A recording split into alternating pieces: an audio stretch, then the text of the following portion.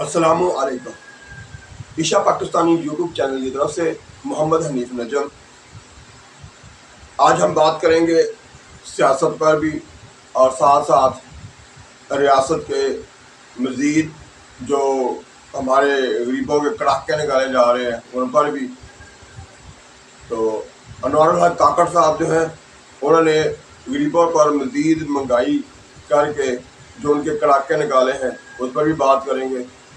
تو پہلے آتے ہیں بات اس طرف کرتے ہیں آغاز میں کہ اب پہلے تو ہم جو ہے کہ جب کوئی تکلیف پہنچتی تھی تو ہم فوج کی طرف دیکھتے تھے، اب فوج کی طرف بھی نہیں دیکھ سکتے ہیں، کیونکہ وہ بھی کہتے ہیں کہ ہمارے ادارے کے بارے میں یا ہمارے بارے میں کوئی خبر جو ہے چلائے گا،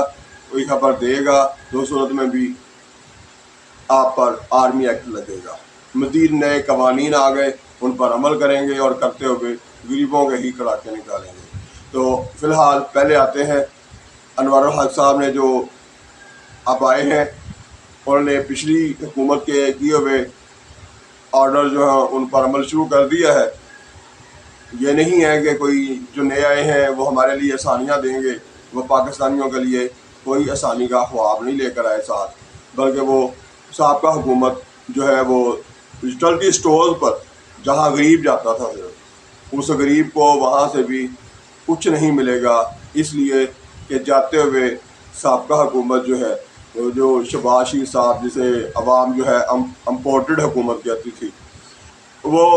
جاتے ہوئے ڈیجیٹل اسٹور پر جو سبسڈی تھی عوام کے لیے، یعنی جو رعایت دی جاتی تھی، خصوصی ڈسکاؤنٹ دیا جاتا تھا عوام کو،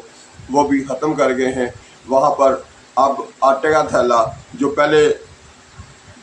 ریٹ تھا اس میں اضافہ کیا گیا ہے، 1544 روپے کا اضافہ کر کے 20 کلو آٹے کا تھیلا جو ہے اب کر دیا گیا ہے 2840 روپے کا۔ اسی طرح سے جو 10 کلو کا آٹے کا تھیلا تھا وہ پہلے جو ملتا تھا جس ریٹ پر، اس میں 772 روپے کا اضافہ کر کے اب جو ہے وہ 1420 روپے کا کر دیا گیا ہے۔ چینی 85 سے بڑھ کر 160 روپے کلو تک جا پہنچی۔ تو اس طرح سے غریبوں کے کڑاکے خوب نکلیں گے، ان کو مزید چیزیں مہنگی بھی لینی پڑیں گی اور اس میں مزید گورنمنٹ کو ٹیکس بھی زیادہ دینا پڑے گا، لیکن بات نہیں کر سکتے، صرف خاموشی سے مہنگائی بھی برداشت کریں، ٹیکسز کا جو اضافہ ہے وہ بھی برداشت کریں، لیکن آپ چون چڑا نہیں کر سکتے، کیوں کہ آپ صرف ٹیکس دینے کے لیے پیدا ہوئے ہیں۔ اسی طرح سے شاہ محمود قریشی صاحب جو ہیں ان کے بارے میں بھی آپ بلکہ خبر یہ سن چکے ہوں گے کہ پہلے انہیں گرفتار کیا گیا تھا، رہائی ہوئی تھی، اور اب وہ پھر پارٹی لیڈر ہونے کی وجہ سے مختلف سفارتکاروں سے مل رہے تھے، مختلف جگہ پہ پریس کانفرنس کر رہے تھے، بلکہ آخری ٹائم پہ بھی وہ پریس کانفرنس کر کے ہی ابھی گھر پہنچے تھے تو انہیں گھر سے اٹھا لیا گیا ہے، دوبارہ گرفتاری ان کی جو ہے نا وہ ہو گئی ہے۔ تو نہ پی ٹی آئی کا نام و نشان کہیں نظر آئے گا، نہ ان کے لیڈر کو جیل میں کوئی سہولت دی جائے گی، بلکہ جتنا ہو سکتا ہے انہیں اسے تنگ کیا جائے، اس کی زندگی کو جتنا ہو سکتا ہے تکلیف میں رکھا جائے، یہ ہوگا۔ اور دوسری طرف عوام جو ہے ان کے بھی خوب کڑاکے نکالے جائیں گے۔ تو یہ جی آپ لوگوں نے اب خود سوچنا ہے، ہم سب پاکستانیوں نے خود سوچنا ہے کہ ہم یہ مصیبتیں برداشت کرتے رہیں گے یا اس کے خلاف پرامن احتجاج بھی کریں گے، یا کہ ہم صرف اور صرف مصیبتیں ہی برداشت کریں گے۔ نہیں تو کم از کم دیکھیں نا، ہم یہ تو کر سکتے ہیں آپس میں بات جاری رکھیں، دباؤ بڑھائیں، اس چیز پر بات زیادہ کریں کہ الیکشن ہو۔ یہ کیونکہ جو کچھ بھی یہ ہو رہا ہے سارا کچھ جو ہے اس لیے ہو رہا ہے کہ ہماری نمائندہ حکومت نہیں ہے، عوام کا نمائندہ نہیں ہے کوئی بھی، کیونکہ عوام کے ووٹوں سے نہیں آئے۔ یہ جو الیکشن کروانے آئے تھے وہ بھی اب یہ کہتے ہیں کہ ہم نے الیکشن کروانا ہمارا کام نہیں، وہ الیکشن کمیشن کا کام ہے، الیکشن کمیشن کا کام ہے، لیکن الیکشن کمیشن کو بھی الیکشن کروانے کے لیے کہا جائے گا تو کروائے گا نا۔ اس کا مطلب یہ ہوا کہ یہ نگران جو ہے یہ بھی جیسا پنجاب میں غیر آئینی طور پر اب مسلط ہے اسی طرح سے وفاقی حکومت میں بھی غیر آئینی طور پر ہی حکومت ہمارے اوپر مسلط کر دی گئی ہے، جو 90 روز میں الیکشن کروانے کے بجائے 2-3 سال اور اس کے بعد نہ جانے کب تک ہمارے اوپر حکومت کرنے آئے ہیں۔ کیونکہ نظریہ ایک ہی ہے، ایک تو غریب کو زندہ نہیں رہنے دینا، مہنگائی اتنی کر دینی ہے کہ وہ احتجاج کرنے کا بھی ٹائم نہ نکال سکے، اور جو مقبول ترین لیڈر ہیں، مقبول ترین پارٹی ہے، ان کو بھی ہر حال میں رگڑا دینا ہے، ان کے بھی کڑاکے نکالنے ہیں۔ تو یہ حکومت جو ہے اس طرح سے کرنا چاہتی ہے۔ اب عوام کیا کرنا چاہتی ہے؟ ہم عوام جو ہے، عام آدمی جو ہے وہ کیا کرے؟ تو میں انہیں صرف یہی کہوں گا کہ آپس میں ایک دوسرے سے اس چیز پر بات جاری رکھیے کہ ہمیں الیکشن چاہیے، اسی پر احتجاج کیجیے، عوامی حکومت چاہیے، اسی پر احتجاج کیجیے، تاکہ کوئی عوامی لیڈر آئے جو آنے والے کل میں ہمارا بھی خیال رکھ سکے۔ نہیں تو پھر بغیر لیڈر کے جو ہمارے اوپر امپورٹڈ حکومت کے بعد اب کاکڑ حکومت مسلط کر دی گئی ہے، وہ پھر ہمارے ساتھ یہی سلوک کرے گی جو اب ہونا شروع ہو گیا ہے۔ سوچا تو یہ گیا تھا کہ شاید الیکشن کروانے جو حکومت آئے گی وہ الیکشن کروانے کی طرف جائے گی اور عوام کو کچھ سکون ملے گا، لیکن نہیں، ابھی بھی مزید مصیبتوں کے پہاڑ جو ہیں وہ عوام پر گرائے جا رہے ہیں، چاہے وہ سیاسی لحاظ سے ہوں، چاہے وہ معاشی لحاظ سے ہوں۔ یعنی مہنگائی بھی کی جائے گی اور آپ کو بولنے بھی نہیں دیا جائے گا۔ تو میرے پیارے پاکستانیوں، تیار رہیے، ریڈی رہیے، نہ آپ نے احتجاج کرنا ہے اور نہ ہی آپ نے کسی کے خلاف بولنا ہے۔ خاموشی سے آپ ٹیکس بھی دیں اور خاموشی سے جتنی بھی مہنگائی ہو جائے اسے برداشت بھی کریں۔ ہمارا عام آدمی کا یعنی عوام کا کام صرف اب یہی ہے۔ اسی طرح سے نہ صحافی کوئی خبر چلا سکتا ہے، نہ کوئی خبر دے سکتا ہے، اور نہ ہی یعنی ایسی عجیب قسم کی پابندیاں، عجیب قسم کے قوانین لا کے متعارف کروائے جا رہے ہیں جو کہ پہلے 76 سالوں میں نہیں دیکھے تھے،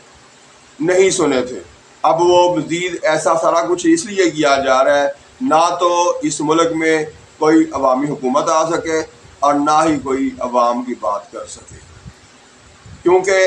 ہر طرف سے جب سختی کے پہاڑ ہی توڑے جائیں گے تو کس میں جرت ہوگی کہ وہ اپنے گھر بار کو چھوڑ کے جو ہے وہ جا کے ان مصیبتوں میں پڑ جائے۔ یعنی آپ شاہ محمود قریشی صاحب کی گرفتاری دیکھ لیجئے،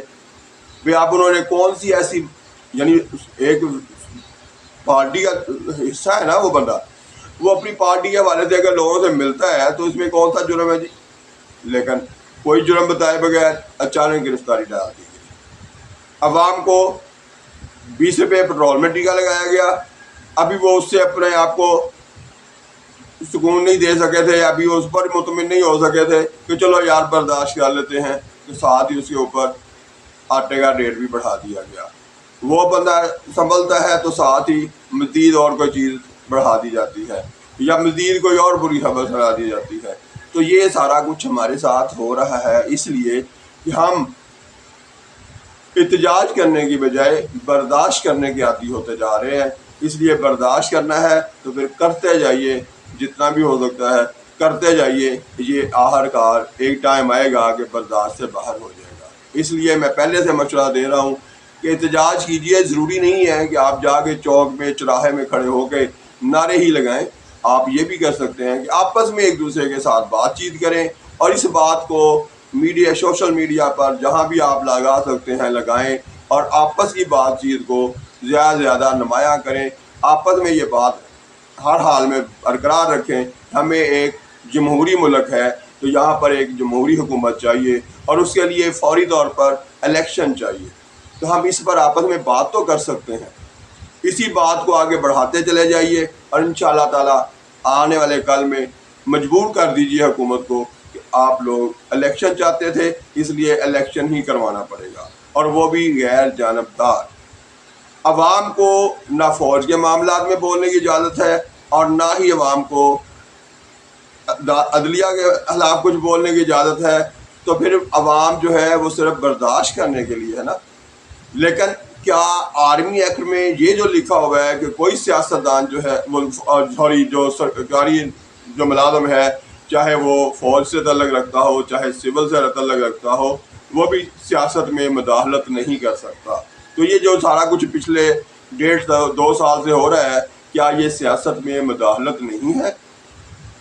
تو ہم سب پاکستانیوں کو غور کرنا ہوگا. ہمیں سچ بولتے ہوئے، درست بولتے ہوئے، درست بات کی تائید کرتے ہوئے ہمیں اپنے آپ کو پابند کرنا ہوگا کہ اپنی اپنی حدود میں رہتے ہوئے اپنے پاکستان کے لیے جو کچھ بھی کر سکتے ہیں، بہتر لاہ عمل کے ساتھ، پیار اور محبت کے ساتھ، پرامن رہتے ہوئے جو کچھ بھی کر سکتے ہیں، چاہے وہ اپنا ہمسایہ ہو. میں نے پہلے بھی پچھلی ویڈیوز میں بھی کہا ہے کہ آپس میں چھوٹی چھوٹی باتوں پہ لڑائی جھگڑا کرنا چھوڑ دیجئے، تھانوں میں جانا بند کر دیجئے، تاکہ تھانے کے معاملات میں جو ہمارے اوپر ظلم ہوتا ہے، رشوت لی جاتی ہے اور پھر اس کے بعد عدالتوں کے حوالے کر دیا جاتا ہے، اور پھر عدالتوں میں ہمارے ساتھ جو سلوک ہوتا ہے، اس سارے کے احتجاج یہ ہے کہ آپ آپس میں پرامن رہیے، ایک دوسرے کے ساتھ اچھا سلوک کیجیے، ایک دوسرے کا خیال رکھیے اور پاکستان کی بہتری کے لیے آواز بلند کرتے رہیے. یہی میرا اور آپ سارے پاکستانیوں کا یہی ایک فرض ہے جو آپ اس موجودہ حالات میں ہم کر سکتے ہیں. وہ یہی ہے کہ ایک دوسرے کے ساتھ اچھا سلوک کیجیے، ایک دوسرے کا خیال بھی رکھیے اور پاکستان کو ہمیشہ قائم رہنے کے لیے اپنی جدوجہد جاری رکھیے. پاکستان زندہ باد.